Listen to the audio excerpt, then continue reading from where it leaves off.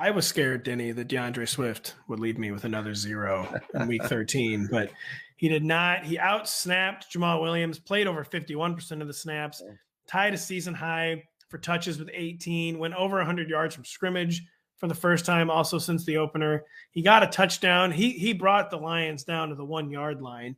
And then instead of doing their thing where they immediately get him off the field so Jamal Williams can come in and score, they went hurry up and let DeAndre Swift get the touchdown.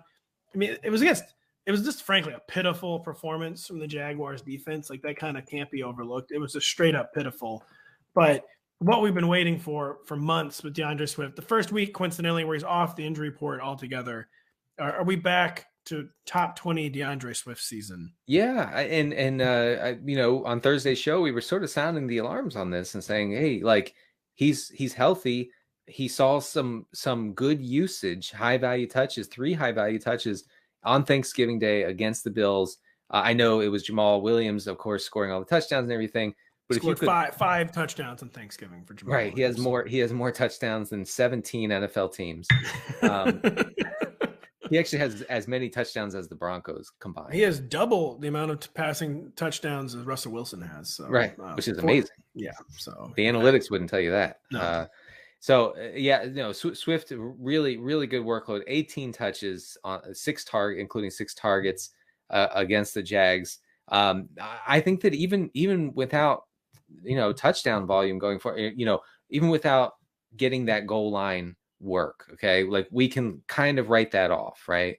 I think that he's still a top 20 option. The thing is, he's really efficient, and he always has been, because he's really good.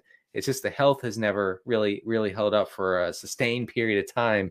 But if you have him, hopefully you started him last week, you're starting him going forward for sure. Yeah, so you mentioned the targets. He had 49 receiving yards. That was a new season high, and all this happened in a game where the Lions were in total control. They were up 20-3 midway through the second quarter, up 17-3 early in the second quarter. So kind of a game where they could have just given Jamal Williams 25 empty carries and been on their way. They did not do that. Jamal Williams got only 11 carries. They stayed aggressive, and when they're aggressive, DeAndre Swift is a much bigger weapon than Jamal Williams. So really, really was a very, very encouraging game for DeAndre Swift. He's back.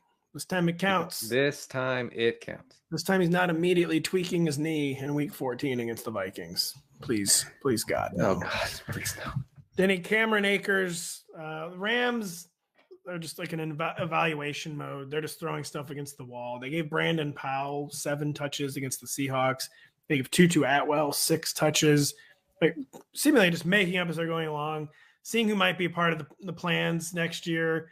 They went back to Cam Akers. He out-touched Kyren Williams 18-3. Right. It seems like it changes every week, the usage in the Rams backfield, but pretty decisive for Cam Akers in week 13. What do we think this means? Well, I think this is more a game script issue than anything else, because the Rams were able to play from ahead or play even with the Seahawks for much of this game. If you look at the kinds of snaps that Kyren Williams saw compared to Cam Akers, you have Kyren Williams seeing all the 2-minute drill snaps, seeing 8 of 9 third down snaps, but it was Akers who got 38 early down snaps to 5 early down snaps for Kyren Williams.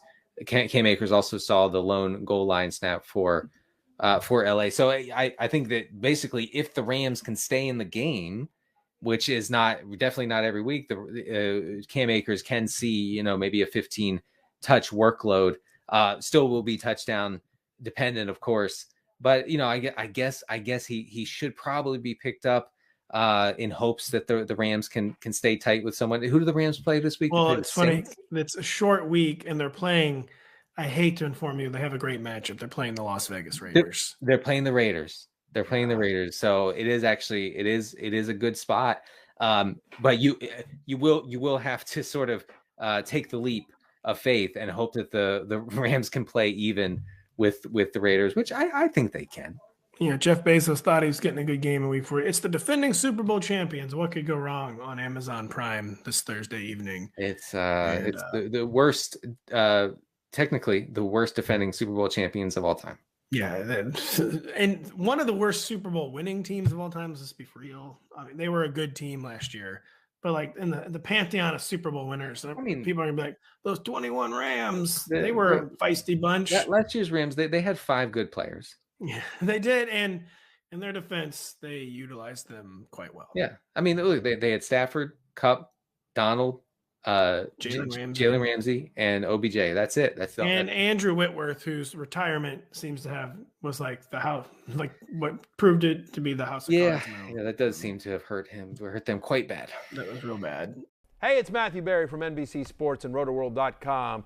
Just want to thank you so much for watching what you just watched, or at least being too lazy to click out of it after the autoplay just kept it going. So either way, thank you so much for just letting it scroll by your screen. And now I'd like to ask you respectfully, please subscribe to the NFL on NBC YouTube channel for the latest NFL news, fantasy headlines from Rotoworld, and betting analysis from NBC Sports Edge.